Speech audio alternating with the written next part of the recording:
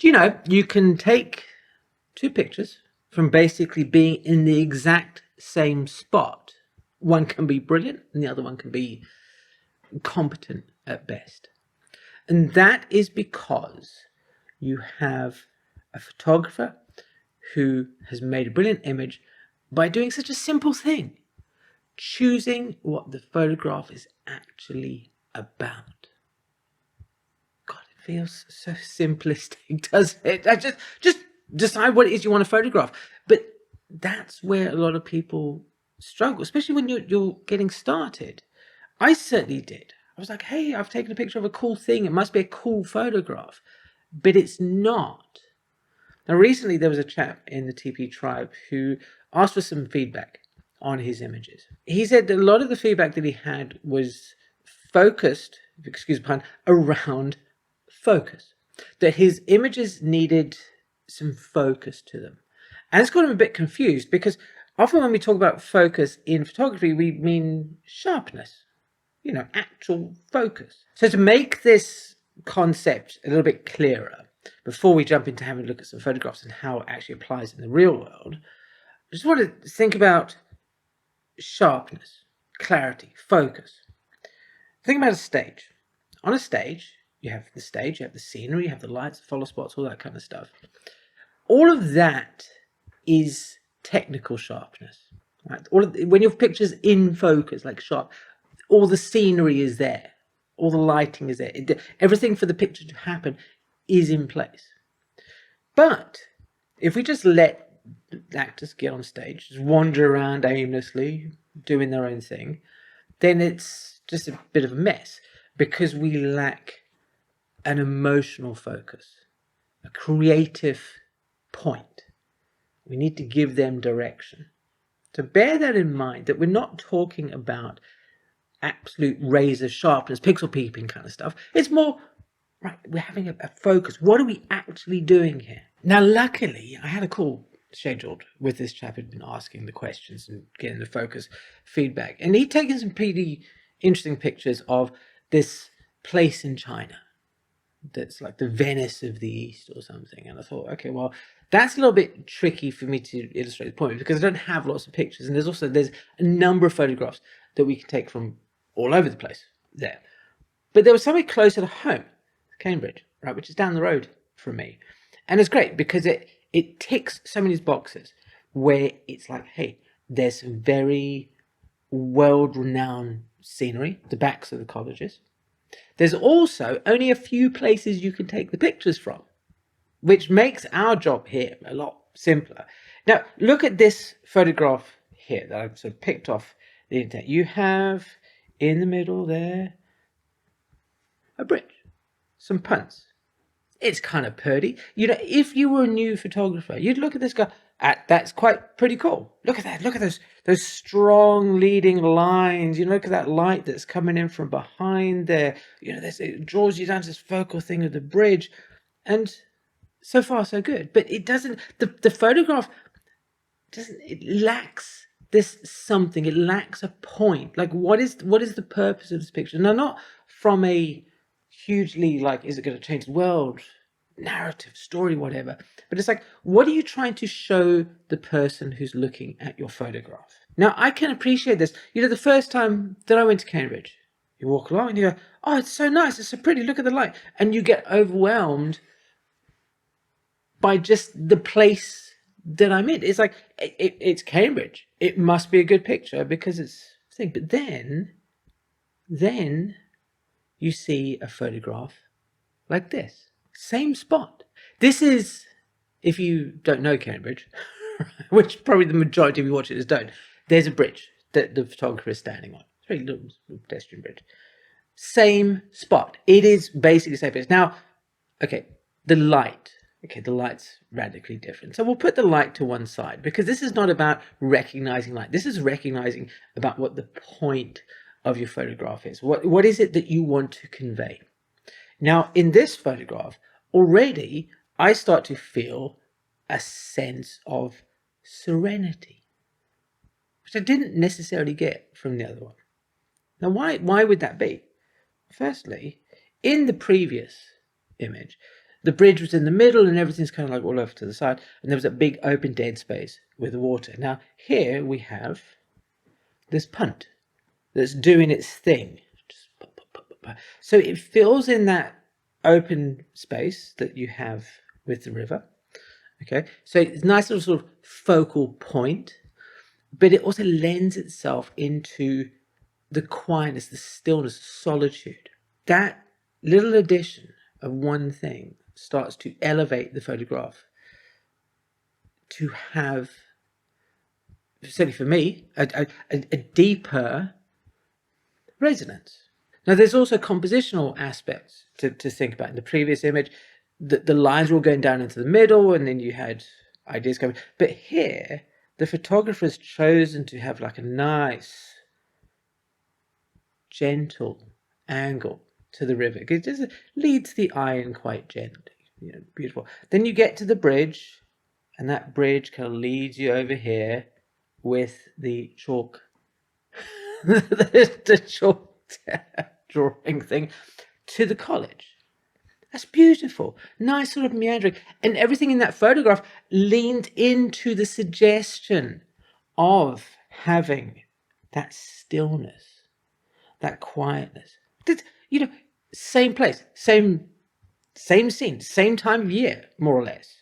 Look at the tree. Radically different photograph. And now, because third time's a charm when we talk about these sort of things, same spot, same bridge, different time of year. You see the trees or thing, different mood.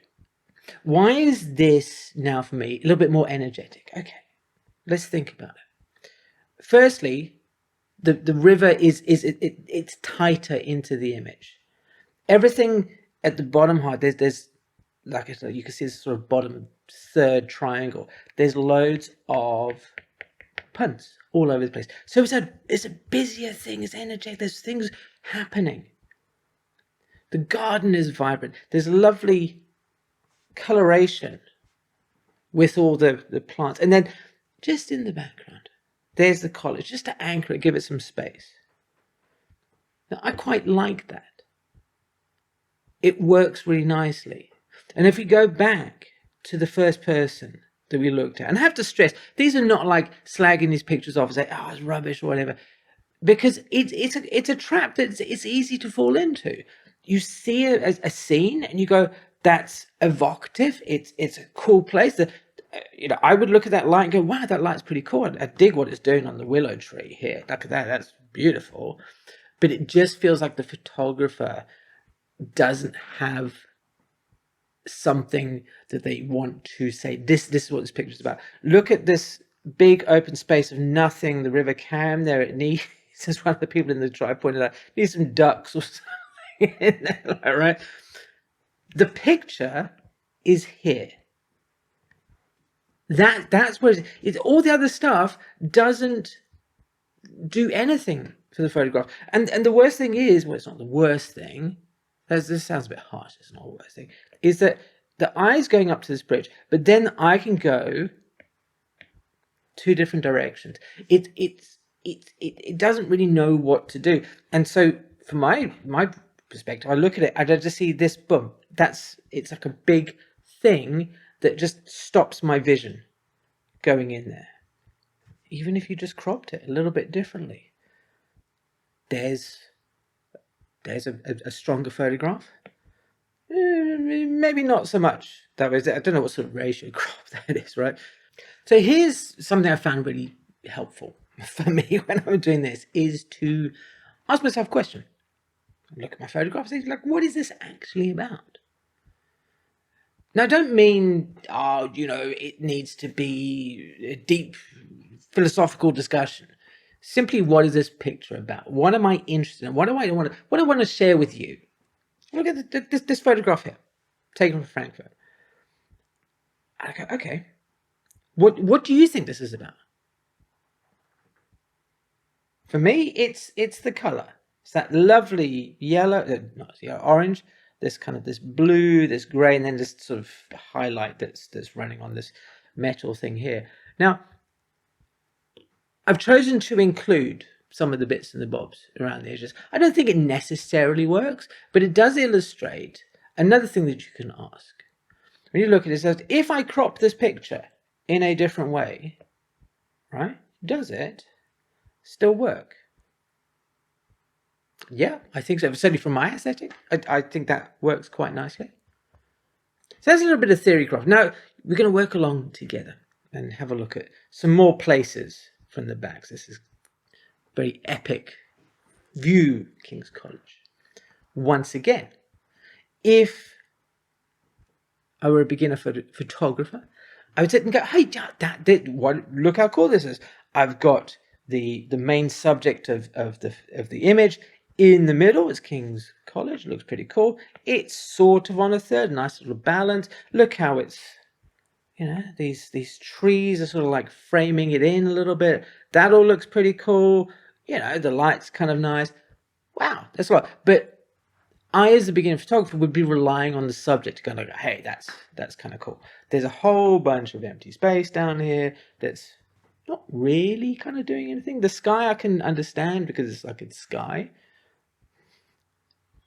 Fundamentally, there's nothing really wrong with it, but it's not amazing. The photographer has a focus.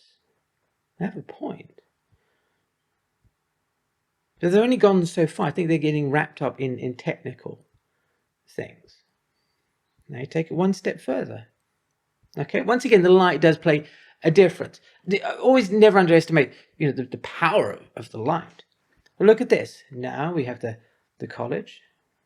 The guy stepped forward, but it's from the same. It's not from this exact same place, but it's from that meadow, from across the river. We have a punt in the bottom, just a little bit of human interest. Still a bit of framing. You may prefer the other picture. You may prefer this. That's, once again, it's that aesthetic. But the photographer here has taken it a step further, has taken what is like quite a cool thing and just amplified it by using elements that are already in the picture, that are there available for everybody.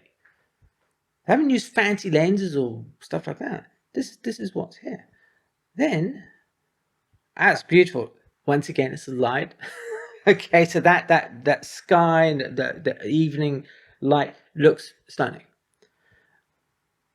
But they are in the same place. Wider lens. Okay, so there's a bit of a technical thing, but look at the nice inclusion of the punts in the foreground. That's beautiful. The college at the back, it's quite clearly in the frame, but it doesn't dominate. And then the low angle includes the reflections in the water. So all the bits have filled in, as it were. I think, that process, you're going from, there's your picture, you wander along, you're on holiday at Cambridge, you go, oh, that looks really nice. But then it's seeing the potential. It's seeing, okay, maybe I can get a bit close, maybe I can include the river with the punts. And then going, that looks really nice, but let's come back in the evening. That's that step process. This is what I certainly struggled with a lot. When I was getting started, it's like, how do you understand that progression of being able to have some point, some focus in your image? Each one of these, you can see that they're building on the basic that went previously. It's just upping it and upping it and upping it. Now, these images that we've been looking at, for me, they're a little bit picture postcard, but that's beside the point. They serve as good learning tools because we can see the process that a photographer is going through that works the scene, how people can see the radically different photograph when standing in the same place. I think it's fascinating. All this comes from experience, about talking with other people, of being given prompts like your photograph lacks a bit of focus. And I hope that you have found it helpful to get more clarity about what focus actually is, about making sure that you include things in your photograph that help tie the image together, as opposed to just relying on the majesty, the awesomeness of the thing that you're taking a picture of. Thank you ever so much for watching. It's been an absolute pleasure to have you here. And yeah, go forth. Go and take some amazing pictures. Let us know. And if you're interested, go check out the TPE tribe. See you soon. Cheers.